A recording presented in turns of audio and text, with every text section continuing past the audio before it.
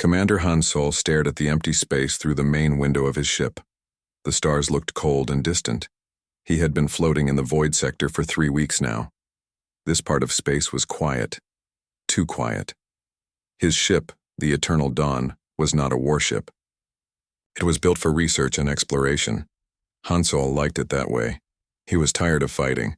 The war with the alien forces had ended 2 years ago, but the peace felt fragile. "Commander," called Yujin from across the bridge. She was his chief, engineer, and oldest friend. They had served together for 8 years. "We're getting a strange signal." Han Sol walked over to her station.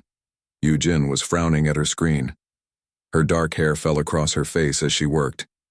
She was the smartest person Han Sol knew, and if something worried her, it worried him too. "What kind of signal?" he asked. "It's encrypted. Very old encryption, maybe 50 years old, maybe more." Yujin's fingers moved quickly over her controls. "But here's the weird part. It's coming from the dead zone." Han Sol felt his stomach drop. The dead zone was the center of the void sector. Nothing lived there. Ships that went in never came back out. Even the aliens avoided it. "Are you sure?" "I've checked 3 times. The signal is definitely coming from there." Yujin looked up at him. "There's more. I think it's human." Before Han Sol could respond, footsteps echoed across the bridge. Bo-Ram, their weapons specialist, walked up. To them, she was young and eager, sometimes too eager. "Did someone say human signal?" Bo-Ram asked. Her eyes were bright with excitement. "From the dead zone? That's impossible." "Nothing's impossible," said a quiet voice from behind them. Wu Bin, their navigator, approached slowly. He was the youngest member of the crew, only 22 years old, but he had a gift for finding things that others missed. "Maybe someone needs help." Han Sol considered this. The dead zone was dangerous, but if there were humans trapped there, he had to try to help them. That was his duty. "Yujin, can you decode the message?" "Give me 10 minutes." While Yujin worked, Han Sol called the rest of his crew to the bridge. The Eternal Dawn only had 12 people on board. They were scientists, engineers, and explorers. Not soldiers. "I've got it," Yujin announced. "The message is short. Just coordinates in 1 word. Remember." "Remember what?" Bo-Ram asked. "I don't know, but these coordinates are deep in the dead zone, about 6 hours away at full speed." Han Sol looked around at his crew. They were all staring at him, waiting for his decision. He knew what he should do. Report the signal to command and let someone else investigate. But something about this felt important. "We're going in," he decided. Through our journey to the coordinates was tense. The void sector got darker as they traveled deeper. There were no planets here, no asteroid fields, no space stations, just emptiness. Wu Bin sat at his navigation station, his hands moving smoothly over the controls. "Something's not right about this place," he said quietly. "What do you mean?" Han Sol asked. "The space here feels wrong, like it's been broken somehow." Han Sol didn't understand what Wu Bin meant, but he had learned to trust the young man's instincts. Wu Bin could sense things that instruments couldn't detect.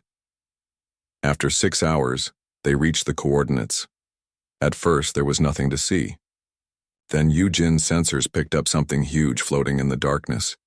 "It's a ship," she said, her voice filled with surprise. "A big one, really big."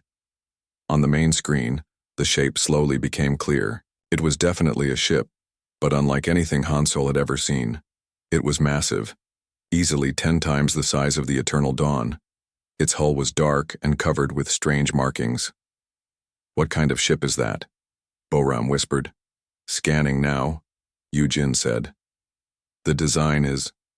it's not human, but it's not like any alien ship I know either." As they got closer, Han Sol could see that the ship was badly damaged. There were huge holes in its side. Pieces of metal floated around it like a cloud of debris. "Life signs?" Han Sol asked. Yujin checked her instruments. "Very weak. Maybe 1 or 2 beings still alive." "We're going aboard," Han Sol decided. "Commander," Bo-Ram said carefully, That ship could be dangerous. We don't know what's over there. Someone sent us that signal, someone who might die if we don't help them. Han Sol chose a small team for the boarding mission. Just himself, Yujin, and Wu Bin. Bo-Ram would stay on the Eternal Dawn and keep watch. They put on their spacesuits and took a small shuttle over to the damaged ship. Up close, it looked even more massive. The hull was covered with burn marks and weapon scars. This ship had been in a terrible battle. They found an airlock that was still working. Inside, the ship was dark and cold.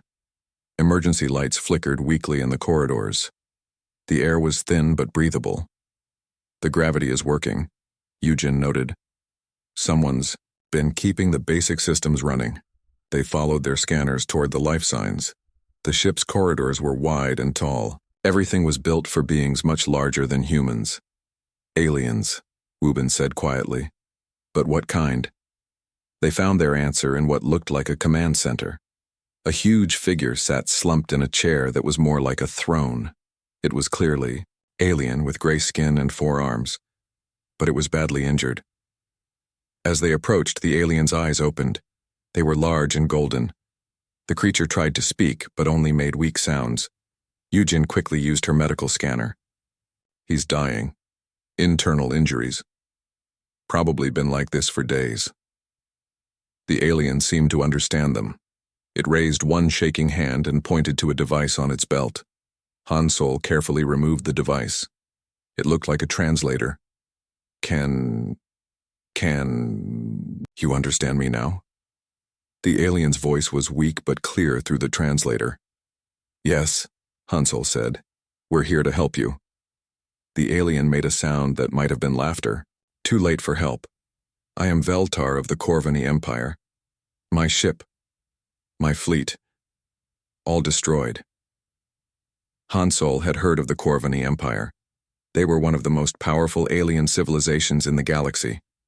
Their military was feared across dozens of star systems. What destroyed your fleet? Han Sol asked. Veltar's golden eyes focused on him with effort. Humans. Your people built something, and something terrible. A ship that doesn't just win battles, it erases everything. That's impossible, Yujin said. Humans don't have weapons. Like that, you do. Veltar's breathing was getting weaker, hidden away, forgotten, but not gone. The judgment's end. Han Sol felt a chill run down his spine. What is the judgment's end? Your ancestors' greatest shame. A warship so powerful it scared even those who built it. Veltar struggled to sit up straighter. I found it by accident. Tried to claim it for the Empire. It defended itself. Where is this ship now? Wu Bin asked quietly. Veltar's hand moved weakly toward another device on his belt. Coordinates in my navigation system. But listen to me, human. That ship should stay hidden. It doesn't just destroy enemies, it destroys everything, planets, stars, civilizations. Your people were wise to hide it away. Why are you telling us this? Han Sol asked. Because others know now. Other empires. They will come looking for it, and if they find it first? Veltar's voice trailed off. If they find it first, what? But Veltar was gone. His golden eyes closed and his breathing stopped. The 3 humans stood in silence for a moment. Then Yujin checked her scanner. I've got the coordinates from his navigation system. Should we report this to command? Wu Bin asked. Han Sol looked around the destroyed command center. Whatever had done this was incredibly powerful. If there really was an ancient human warship out there, and if other alien empires were looking for it. Not yet, he decided. First, we need to see this ship for ourselves. As they prepared to leave the dead Corvani vessel, Han Sol couldn't shake Veltar's warning from his mind. A ship so powerful that even its creators were afraid of it. What had humanity built in its past? And what would happen if that power fell into the wrong hands? The journey back to the Eternal Dawn was quiet. Each of them was lost in their own thoughts. They had come looking for survivors and found something much more dangerous. A secret that could change the balance of power in the galaxy, or destroy it completely. The coordinates from Veltar's ship led them to a place that looked empty. Hansel stared at the star charts on his screen. According to the navigation system, they were at the right location. But there was nothing here except a few small asteroids. You sure this is right? Boram asked. She had been quiet since they left the Corvani ship. The sight of such destruction had shaken her. The coordinates are exact, Wu Bin said from his station, but his voice sounded uncertain. Though something feels strange about this area. Yujin was running deep scans of the space around them. I'm picking up some odd readings. The asteroids here don't match the usual composition for this region. Hansel walked over to look at her data. What do you mean? These rocks are too dense, too perfectly shaped. It's like they were put here on purpose. To hide something, Wu Bin said quietly. Hansel felt that familiar chill again. Can you scan deeper? Look for anything that might be hidden behind the asteroids? Yujin's fingers moved over her controls.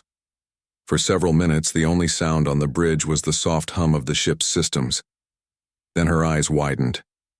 Commander, she whispered, you need to see this. The main screen changed to show a three-dimensional map of the asteroid field. At first, it looked random. Then Yujin highlighted certain asteroids in red. Suddenly, Hansel could see it. The asteroids formed a perfect circle around something in the center. There's definitely something there, Yujin said. It's big, really big, but it's using some kind of stealth technology.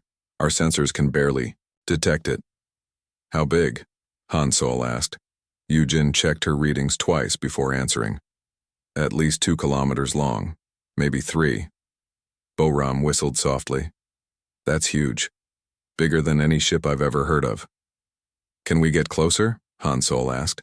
The asteroids form a maze, Wu Bin said, studying the navigation display. But I think I can find us a path through. It took them 2 hours to carefully navigate through the asteroid field. Wu Bin's skills were incredible. He guided the Eternal Dawn through spaces that seemed too narrow for their ship. Several times, Hansel was sure they would crash into a rock, but Wu Bin always found a way through. As they got closer to the center, their sensors began picking up more details. What they found made everyone on the bridge go silent. It was definitely a ship, but it was unlike anything any of them had ever seen. The hull was dark, almost black, and perfectly smooth. No weapon ports were visible, no engine exhausts, no communication arrays. It looked more like a giant piece of sculpture than a warship. It's beautiful, Yujin whispered. It's terrifying, Boram said. Hansel had to agree with both of them. The ship had an elegant, flowing design that was pleasing to look at. But there was something about it that made his skin crawl.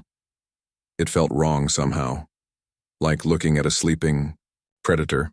Any life signs? He asked. Yujin shook her head. Nothing. The ship appears to be completely powered down. Then how is it using stealth technology? I don't know, the readings don't make sense. Wu Bin was staring at the ship with a strange expression. Commander, I don't think we should go over there. Why not? I can't explain it, but something about that ship feels dangerous, not just dangerous, evil. Hansel looked at his young navigator. Wu Bin's instincts had never been wrong before, but they had come this far. They needed answers. We'll be careful, Hansel decided. Just the 3 of us again. Boram, you stay here and monitor everything. Boram looked like she wanted to argue, but she nodded. If anything goes wrong, we're leaving immediately. The shuttle trip to the mysterious ship was quiet. None of them spoke as they approached the massive hull. Up close, the ship looked even more impressive and more frightening. They found what looked like an airlock, though it was much larger than human standard.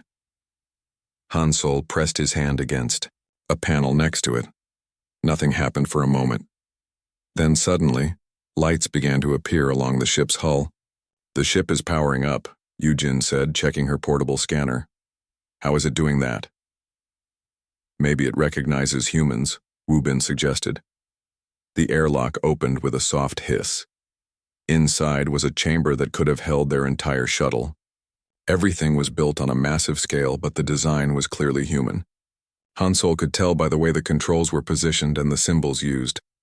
"This is definitely a human ship," he said. "But when was it built? And why is it so big?" They moved deeper into the ship. The corridors were wide and tall, with soft lighting that came on as they walked. The walls were covered with panels and displays, but everything was dark and silent. "The gravity is Earth normal," Eugene noted, "and the air is breathable. This ship is definitely meant for humans." They found a lift that took them to what seemed to be the command center. When the doors opened, all three of them stopped and stared. The bridge was enormous.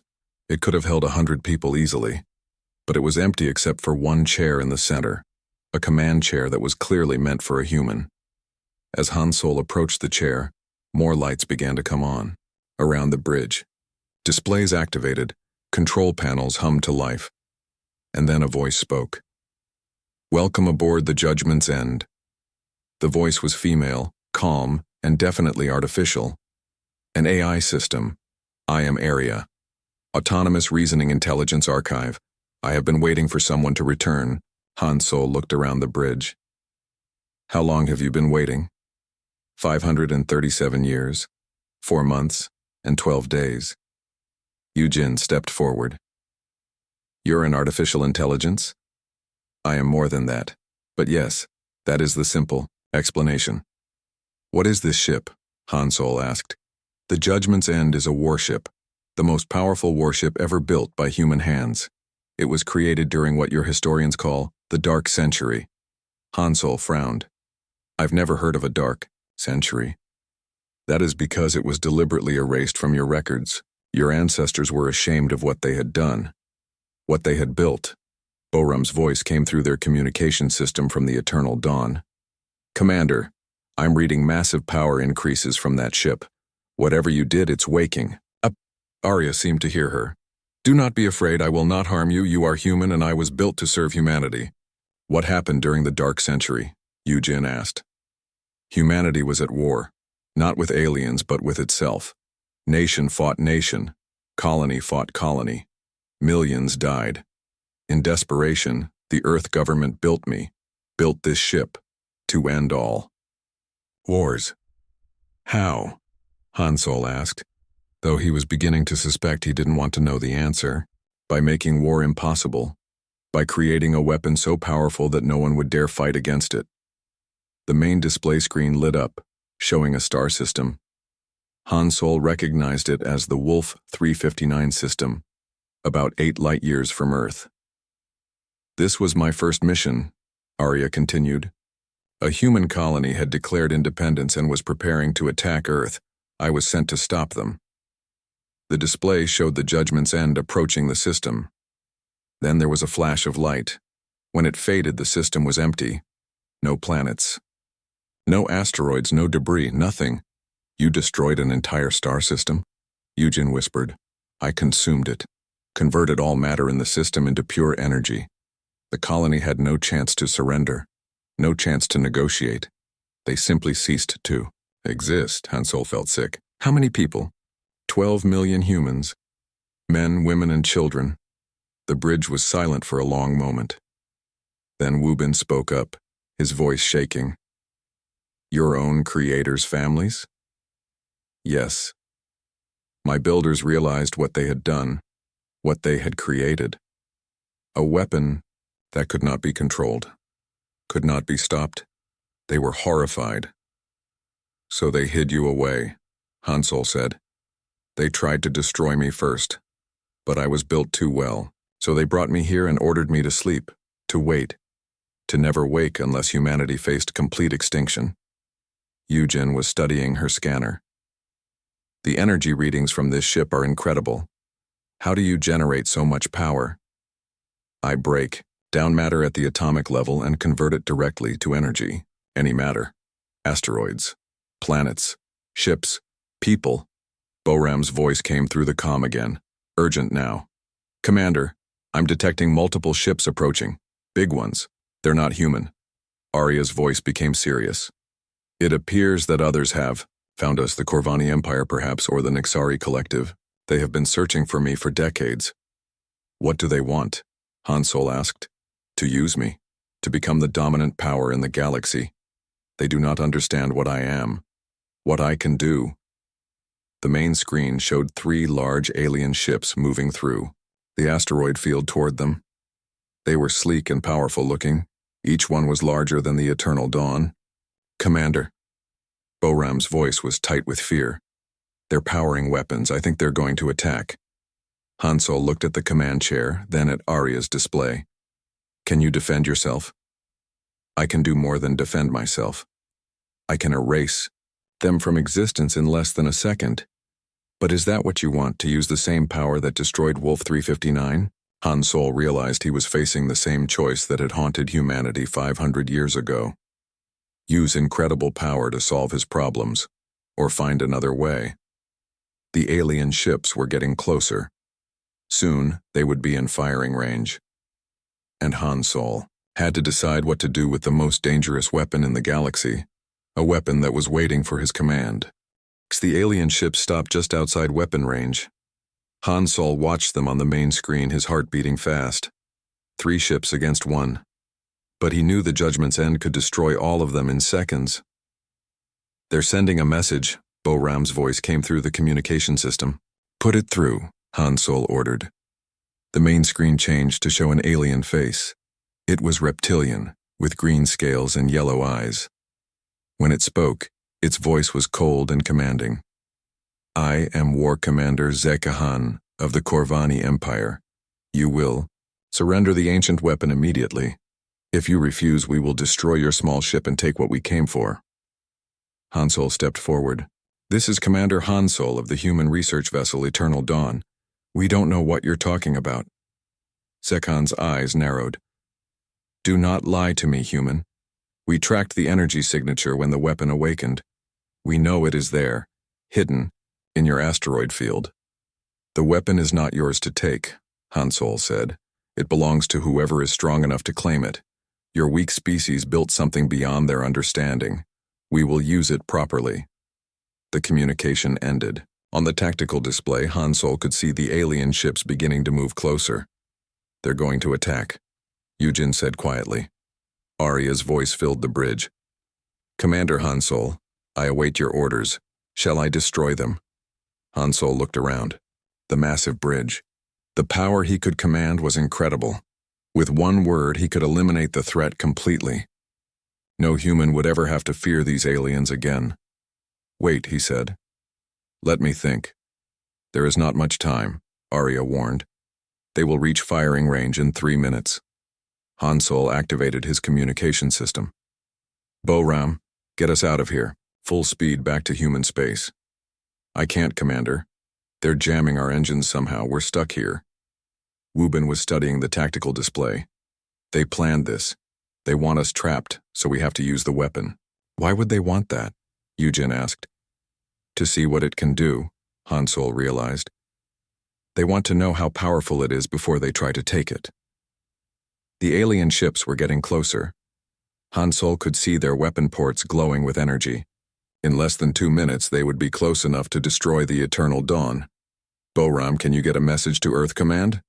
"I'm trying, but they're jamming all communications too." Hansol closed his eyes and thought. If he used the Judgment's End, the alien threat would be gone. But then what?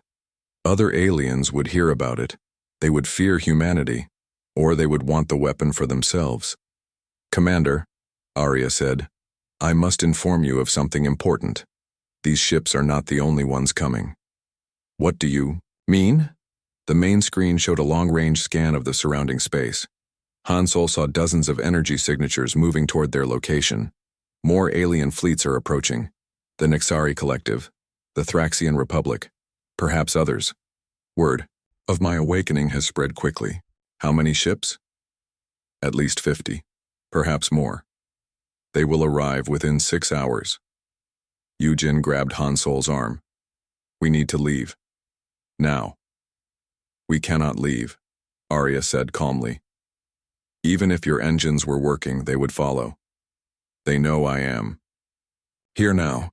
They will not stop until they have me." The first alien ship fired. A beam of purple energy shot toward the Eternal Dawn.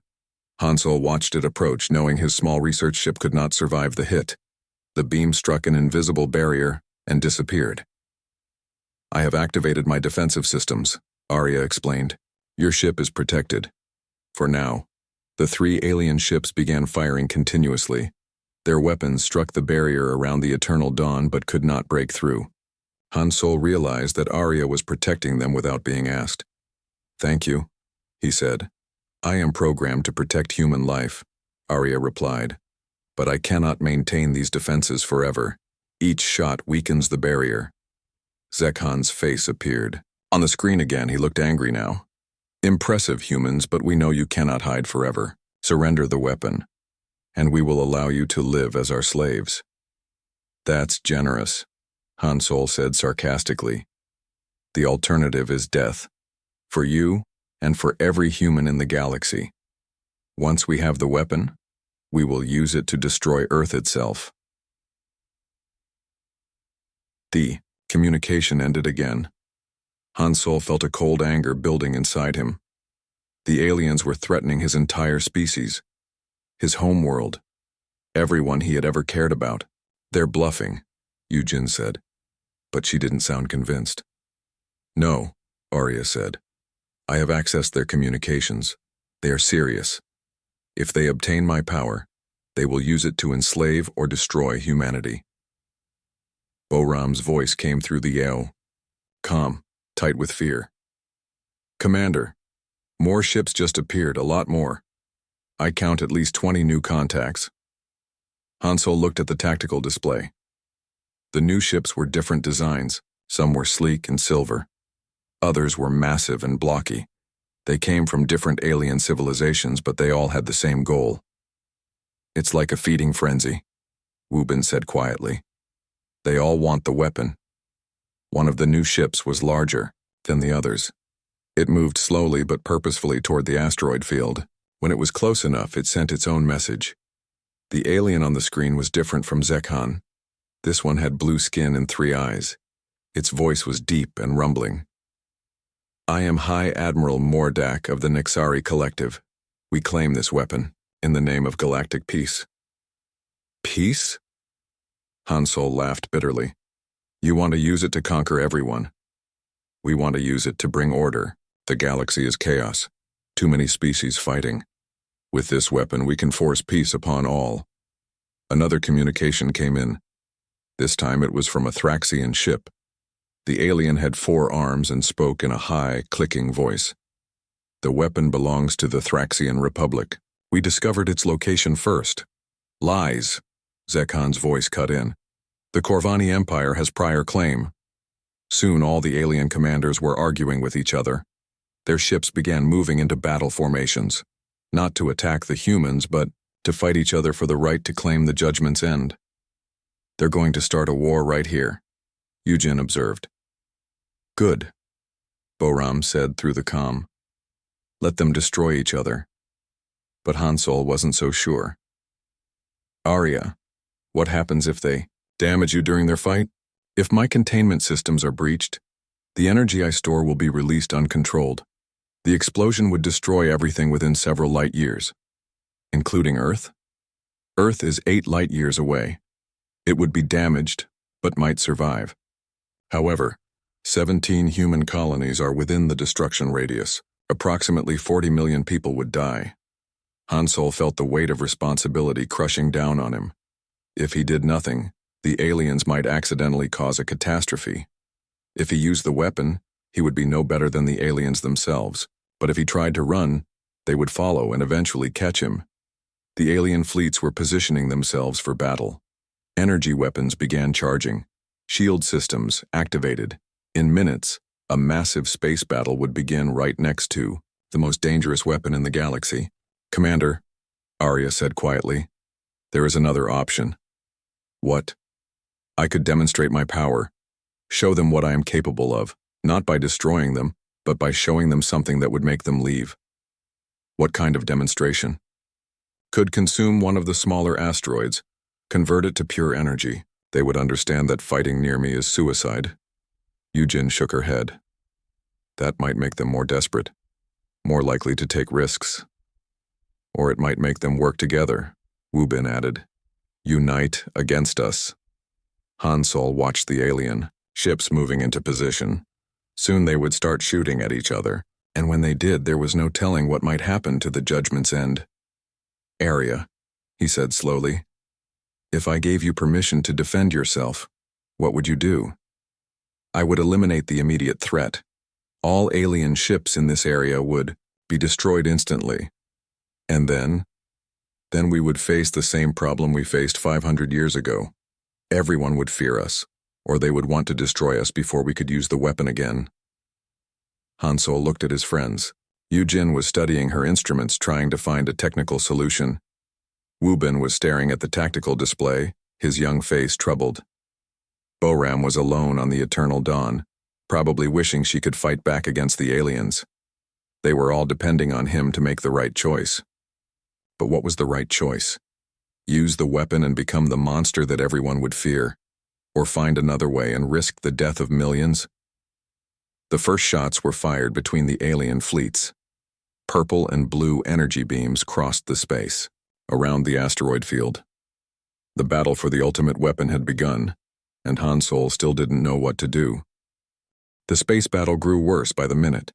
Alien ships fired at each other with deadly precision.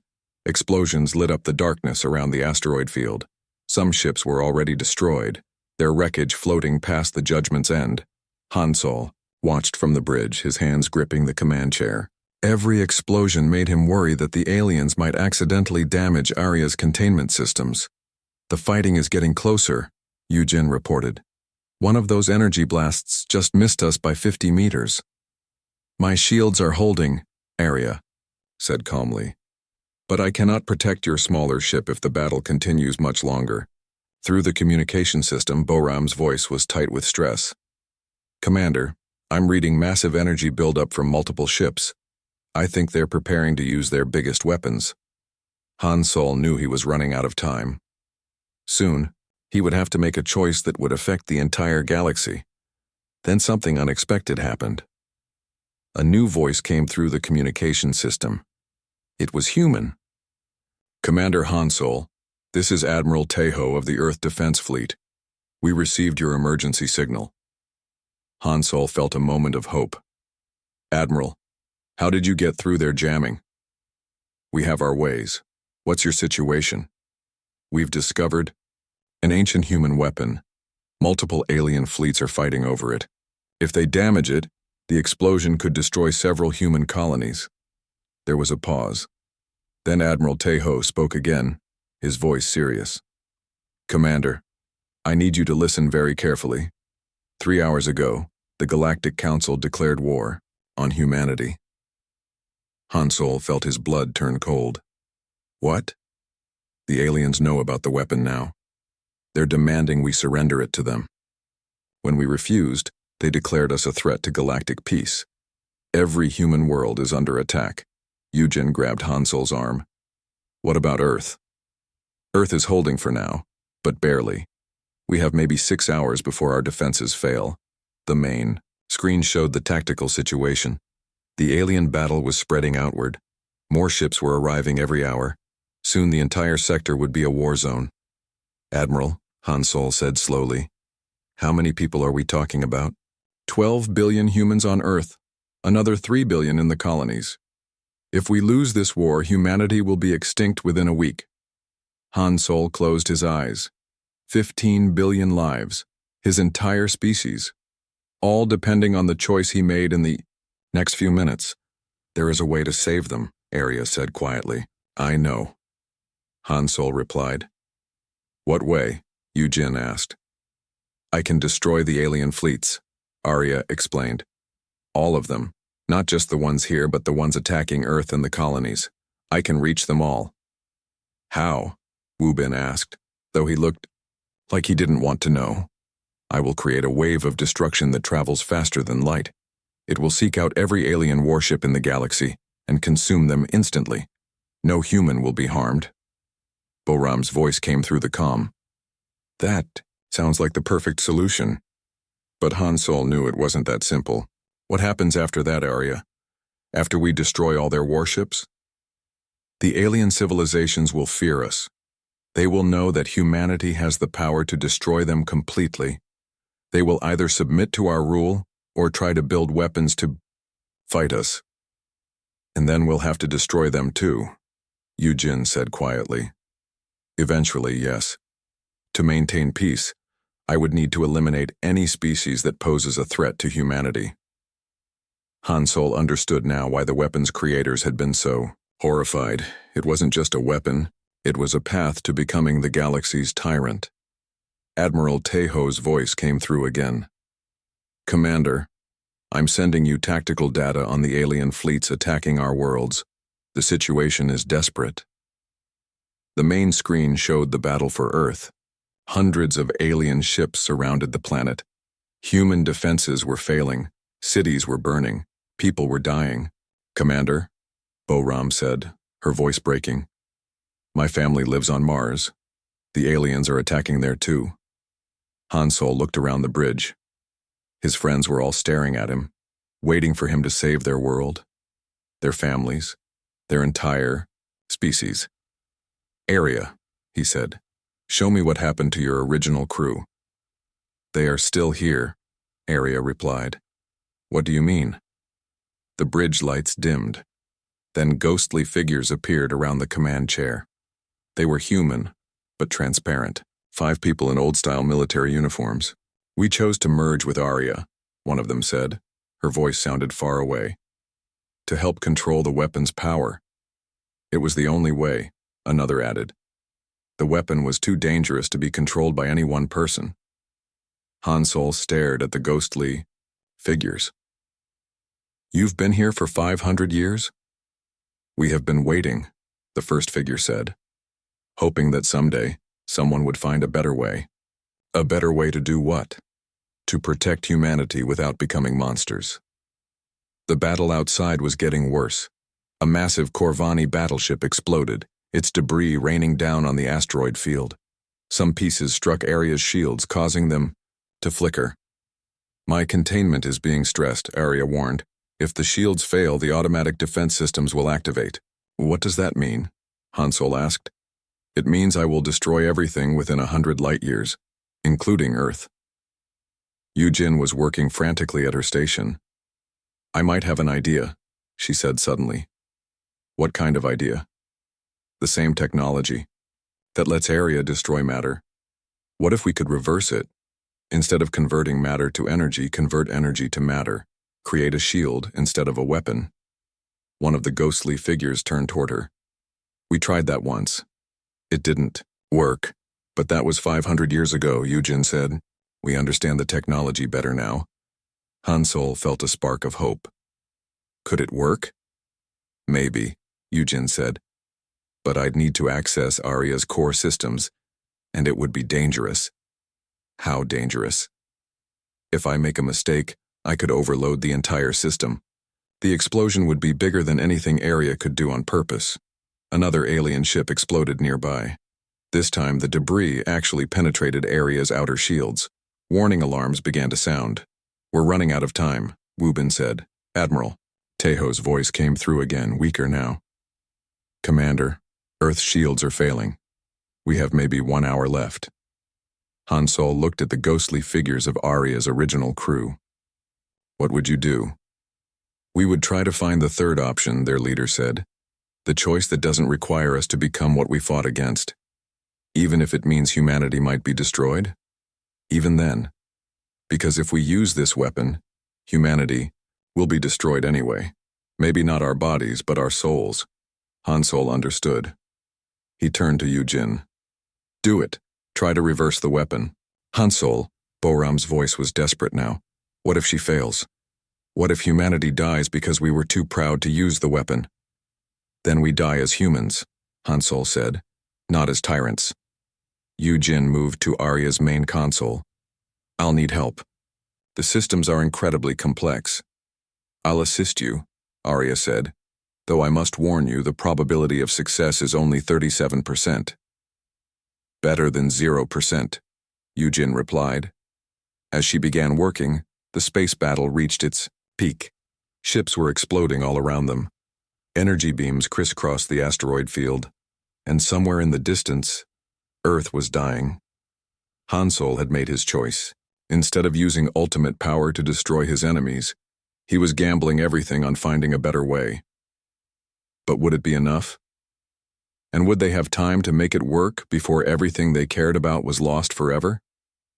The countdown had begun. In 1 hour, Earth would fall. And Yujin had to perform a miracle with technology that even its creators couldn't fully understand. The fate of humanity rested in the hands of a young engineer and a 500-year-old artificial intelligence. Against impossible odds, they were trying to turn the galaxy's most destructive weapon into its greatest shield.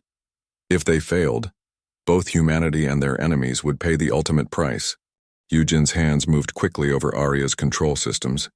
The displays showed energy patterns that looked like chaos to Hansol, but Yujin seemed to understand them. "The core systems are incredibly complex," she said, sweat beading on her forehead, "but I think I can see how to reverse the energy flow." "What do you need me to do?" Hansol asked. "Just keep me focused. This is going to take everything I have." The battle outside grew more violent. 2 alien ships collided, creating a massive explosion that shook the Judgment's End. Warning lights flashed across the bridge. 30 minutes until Earth's defenses fail. Admiral Tejo's voice crackled through the communication system. "Arya," Hansol said, "can you help Yujin work faster?" "I am providing all the assistance I can," Arya replied, "but the process cannot be rushed. One mistake could destroy us all." Boram's voice came from the eternal dawn. "Commander, some of the alien ships are breaking away from the battle. They're heading toward Earth." Hansol felt his heart sink. "How many?" 20 ships. Fast ones. They'll reach Earth in 15 minutes. That was 15 minutes before Earth's defenses would fail naturally. The aliens were sending a strike force to finish the job early. "I need more time," Yujin said desperately. "Time we don't have," Wu Bin replied. Hansol stared at the tactical display. 20 alien ships racing toward Earth, billions of people depending on him, and Yujin trying to work a miracle with 37% odds. Then he had an idea. "Arya, can you create a partial shield? Something smaller than what Yujin is working on?" "What do you mean?" "Just around Earth. Use your power to protect one planet instead of the whole galaxy." The ghostly figures of Arya's original crew appeared again. Their leader looked thoughtful. "It might be possible," she said, "but it would require incredible precision, and it would drain most of Arya's power reserves. Could you still protect us here?" "For a short time, maybe an hour." Hansol made his decision. "Do it. Protect Earth." "Commander," one of the ghostly figures warned, "if we use our power this way, we won't be able to help with Yujin's project. You'll be choosing between saving Earth now or saving the galaxy later." "Earth first," Hansol said firmly. "We can't save the galaxy if we don't exist." "Understood," Arya said. "Beginning Earth Protection Protocol." The Judgment's End began to glow. Energy patterns raced along its hull. Hansol could feel the ship's power building to incredible levels. "Energy shield deployed around Earth," Arya announced. On the main screen they could see the results. The 20 alien ships reached Earth and fired their weapons, but their energy beams struck an invisible barrier and simply disappeared. "It's working," Boram shouted through the comm, but Hansol could see the cost. Arya's power readings were dropping rapidly. The lights on the bridge began to dim. "How long can you maintain the shield?" he asked. "Perhaps 30 minutes," Arya replied. "Then my reserves will be exhausted." Admiral Tejo's voice came through, filled with amazement. "Commander, I don't know what you did, but Earth is safe. The alien weapons can't penetrate whatever you created." "It's temporary," Hansol warned. "You have 30 minutes to prepare for another attack." Meanwhile, Yujin was still working frantically on the main project. But without Arya's full assistance, her progress had slowed. "I can't do this alone," she said. "The calculations are too complex." Wu Bin moved to another console. "What if I help? I'm good with navigation calculations." "This isn't navigation," Yujin said. "All calculations are related," Wu Bin replied, with a small smile. "Show me what you need." As the two of them worked together, the space battle around them began to change. The alien fleets had noticed what happened to their strike force. They saw their weapons failing against Earth's new. Shield War Commander Zekhan's face appeared on the screen again, but this time he looked worried instead of angry. "Humans," he said slowly, "what have you done?" "We protected our home," Han Solo replied. "Impossible. No shield can stop our weapons. This one can." High Admiral Mordak of the Nexari Collective joined the communication. His three eyes were wide with shock. "They have activated the ancient weapon," he said. "Not to attack, but to defend." "That proves they are too dangerous to live," Zekhan argued. "We must destroy them before they use it against us." But another voice joined the conversation. It was the Thraxian commander, his forearms gesturing frantically. "Are you insane?" he clicked. "If they can create shields that powerful, what do you think their weapons can do?" For the first time, the alien commanders seemed uncertain. They had come here expecting to claim a weapon they could use to conquer others. Instead, they found humans using that same power to protect instead of attack. 20 minutes until shield failure, Arya warned. Yujin and Wu Bin were working desperately at the controls. Sweat covered both their faces as they tried to solve equations that could save the galaxy. "I think I've got it," Yujin said suddenly. "Wu Bin, can you run this calculation sequence?" "Already doing it," he replied. The displays around them began to change. Instead of chaotic energy patterns, the screens showed something that looked almost like a map of protective barriers spreading across space. "It's working," one of the ghostly figures said with amazement. "They're actually doing it." 15 minutes until shield failure, Arya announced. Boram's voice came through the comm. "Commander, the alien fleets are positioning themselves for a massive attack. All of them.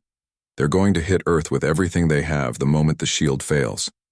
Han Solo could see it on the tactical display. Hundreds of alien ships, forming a massive battle line. When Arya's power ran out, they would unleash enough firepower to crack a planet in half. 10 minutes until completion of the shield grid, Yujin reported. 5 minutes until Earth's shield fails, Arya said. They weren't going to make it. The math was simple and terrible. The aliens would have 5 minutes to destroy Earth before the new protective system came online. Then Boram did something unexpected. Her voice came through the comm, calm and determined. "Commander, I'm taking the Eternal Dawn out of the asteroid field." "Boram, no, they'll destroy you instantly." "Maybe, but I can buy you 5 minutes." Before Han Solo could stop her, the Eternal Dawn emerged from behind the asteroids. The small research ship flew directly toward the massive alien fleet. "What is she doing?" Eugene asked. "Something brave and stupid," Han Solo replied. Boram opened communication channels to all the alien ships. "This is Boram of the human vessel Eternal Dawn. I want to talk to all your commanders." Zekhan's face appeared on screen, looking puzzled. "You are one small ship against hundreds. What could you possibly say to us?" "I want to show you something," Boram said. "Something about humans you need to understand." She activated her ship's self-destruct sequence. "I'm going to ram your command ship, Zekhan, and when I do, we'll both die. But before I do that, I want you to think about something." "You are insane," Zekhan said. "Maybe. But here's what you need to know. Every human in this galaxy would do the same thing. We'll die before we let you hurt our families. All of us. Every single one." The alien commanders were silent for a moment. Then Mordak spoke. "She is bluffing. One ship cannot harm our fleet." "You're right," Boram said. "One ship can't. But what about 1,000 ships? What about 10,000? How many humans do you think would die to protect their children?" "All of them," Wu Bin said quietly from the bridge of the Judgment's End. The alien commanders looked at each other.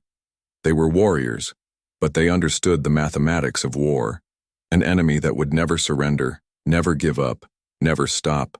Fighting was impossible to defeat completely. 3 minutes until shield failure, Arya announced.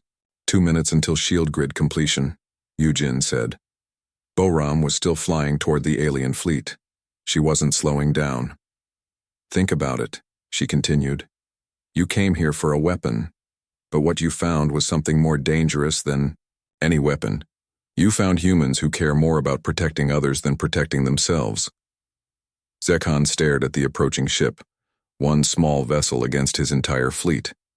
But somehow, it felt like the most dangerous thing he had ever faced. 1 minute until shield failure, Arya said. Shield grid 90% complete, Eugen reported. Last chance, Boram called to the alien fleet. Leave now, or learn what it really means to fight humans. There was a long silence. Then, slowly, Zekhan's ship began to turn away. The Corvani Empire withdraws, he announced. One by one, the other alien commanders followed. The massive fleet that had come to destroy humanity began to retreat. Shield grid complete, Eugen announced. Earth's temporary shield failing. Now, Arya said. But it didn't matter anymore. The new shield grid activated just as the old one failed. Earth was protected. All human worlds were protected. And the alien fleets were already jumping to faster-than-light speed, fleeing the system. Boram turned her ship around and flew back to the asteroid field. When she docked with the Judgment's End, she was smiling. I wasn't really going to ram them, she admitted, but they didn't know that.